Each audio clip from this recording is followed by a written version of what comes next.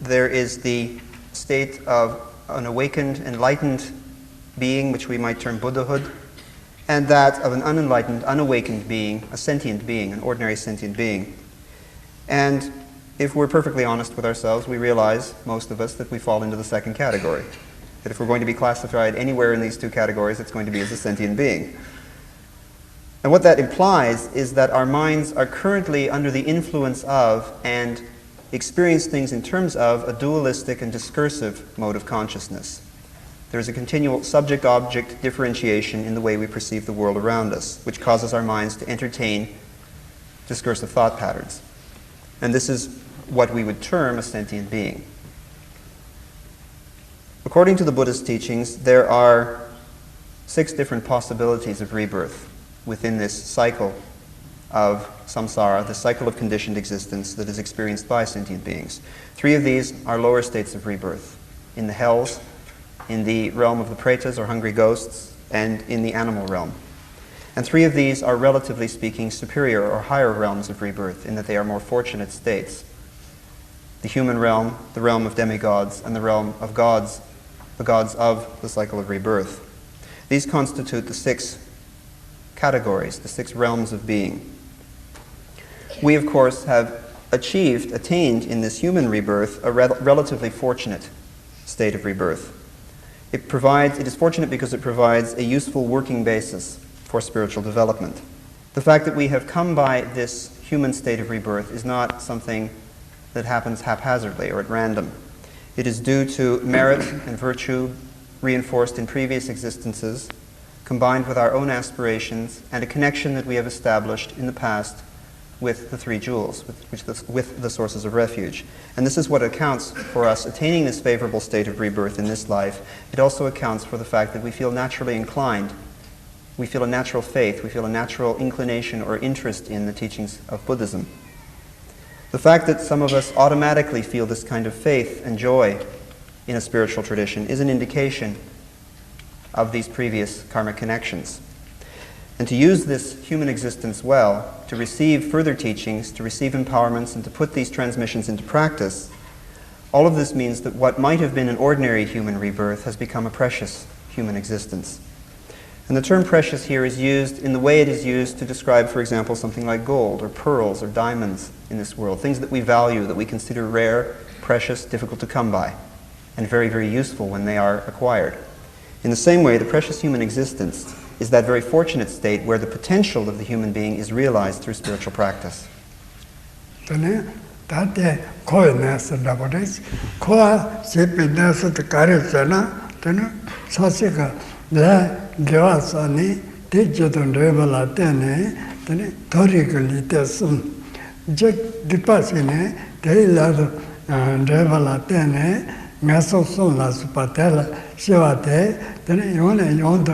pena matrago kholo taba khone siala matela khoa sagares tene khoa tela dunga mombo yares te kayares ne yala zoche ki tsaro to ga yedola te kong to ga tolola mo ko she la supa ki la ki sa to ga yares tene mala ngaros mala she to ga gepe to ga nai to ga che to ga dunga chimo yares Samayina Trado to Yadu, Tatek Dungayares, Sala, Tera Dungamundi Tiena, Champato Duka Chimbayares, Tasha Duka Jasa Tavares, Tele Dunga Tele Tawasi Penatini, Tabasonja to compose Zagayares.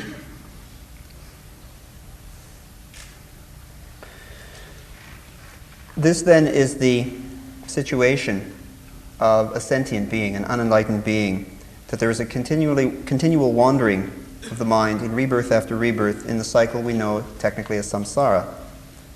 And this process is fueled by the actions that are committed by an individual being. When these actions are of a positive nature, then the karma which is generated by these actions contributes through a process of causality to the attainment and the experience of higher states of rebirth, relatively speaking, with greater degrees of freedom, greater degrees of happiness and satisfaction. When the activities, the actions of that being are of a largely negative and harmful nature, then this negative karmic patterning contributes through a process of causality to rebirth in the three relatively lower realms. But the mind is never completely free from any of these alternatives. It is always wandering from one to another of these in a vicious circle. And because there is this cyclic nature, because it moves around just like the wheel of a car, moving around and around and around again with no escape, no break, no interruption, it is termed in Sanskrit samsara, in Tibetan korwa, which simply means the turning, or the wheel, the cycle. And this whole process involves a great deal of suffering, though that suffering differs from one realm to the other. In the realms of the hell beings, the suffering is largely due to the intense heat and cold to which these beings are subjected in their environment.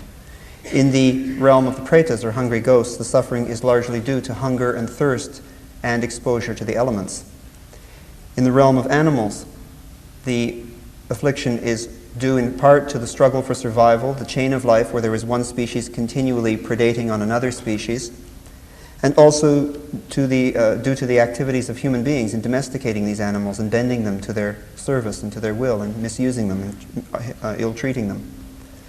Among human beings, as we are quite aware, there are many sufferings, perhaps the major ones being those of birth, the pain of the birth process, the pain of the aging process, the pain of sickness and disease, and finally the pain of death. Among demigods, the suffering is largely due to the jealousy and envy in their minds, which gives rise to the quarrel and strife among these beings. And although such overt forms of suffering may not be present in the experience of devas or the gods of samsara, there is an all-pervasive suffering which eventually results in their falling into a much lower state of rebirth and experiencing the agonies of this. And when we examine the alternatives within the cycle of rebirth in this way, we see that it truly is, as the teachings tell us, an ocean of suffering, a vast ocean from which there is an automatic, a very natural inclination for the individual to want to be freed, to want to transcend. And this is a state, this state of transcendence, this state of release from this ocean of suffering is what we might term Buddhahood, awakened enlightenment.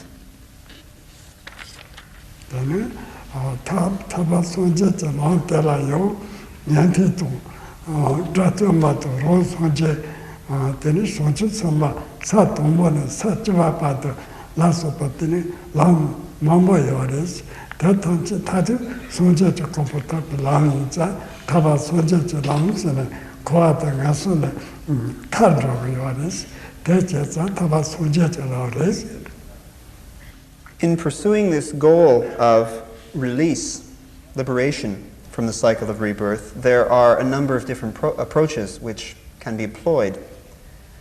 There is the so-called Hinayana approach of the Shravakas, of those who hear and practice the teachings on this level, those who attain the realization of an Arhat or a Pratyeka Buddha, a so-called self-made Buddha.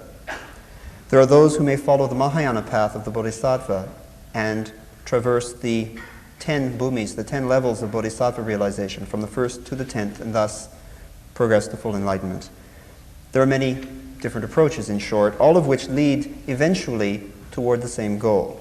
They may all be considered true paths towards liberation, towards awakened enlightenment, because they all ultimately aim toward the same goal, which is to say they aim towards the release of the individual from the cycle of rebirth.